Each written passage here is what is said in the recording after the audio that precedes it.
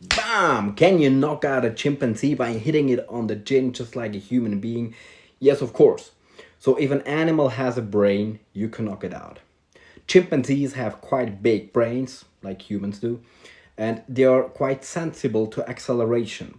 So what produces a knockout is enough force on the head, on the skull, to have enough acceleration that a knockout occurs. There's still debate on what exactly happens. The most commonly accepted theory is that the brain basically wobbles and hits the walls of the skull inside, and then it shuts down to prevent further injury. But be it that or not, it doesn't even matter. We know that with enough acceleration, enough blunt force on the skull, an animal can get knocked unconscious.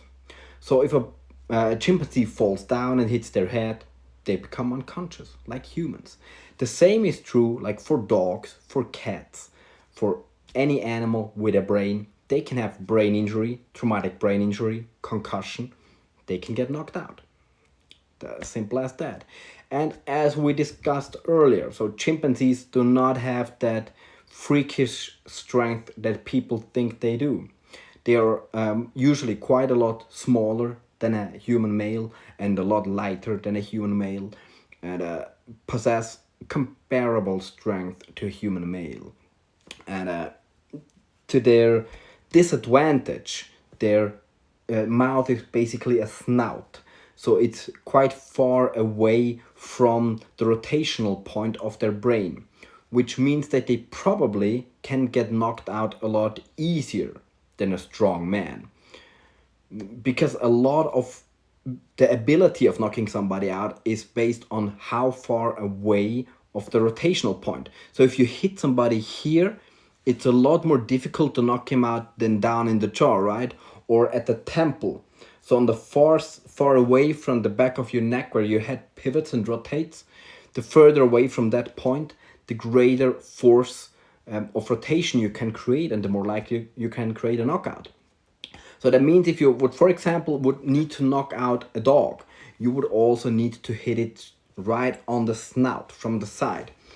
And it's very interesting that we humans are basically the only or one of the very few animals who can effectively hit and punch. It's even commonly accepted theory right now that our hands specifically evolved for fistfights. It's not just grabbing, we can form a fist, and that is not by accident. We can form fists, and we do form fists not just to fight other human males. We also use our fists to protect ourselves and to fight off animals.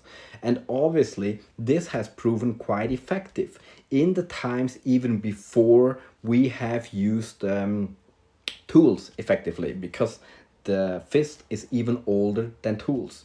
So it has first allowed us to protect ourselves and defend ourselves effectively and successfully against wild animals, which is quite interesting. So the fist and the fist punch is a much more powerful tool than most people would assume. And I am almost 100% certain that you could fairly easily either knock out a chimpanzee or rock it hard enough to make it lose any idea of fighting. If you've ever hit a man quite hard, most of them lose the fight, like all the gameness that they had immediately. If they're rocked in their socks, they suddenly don't want to fight anymore.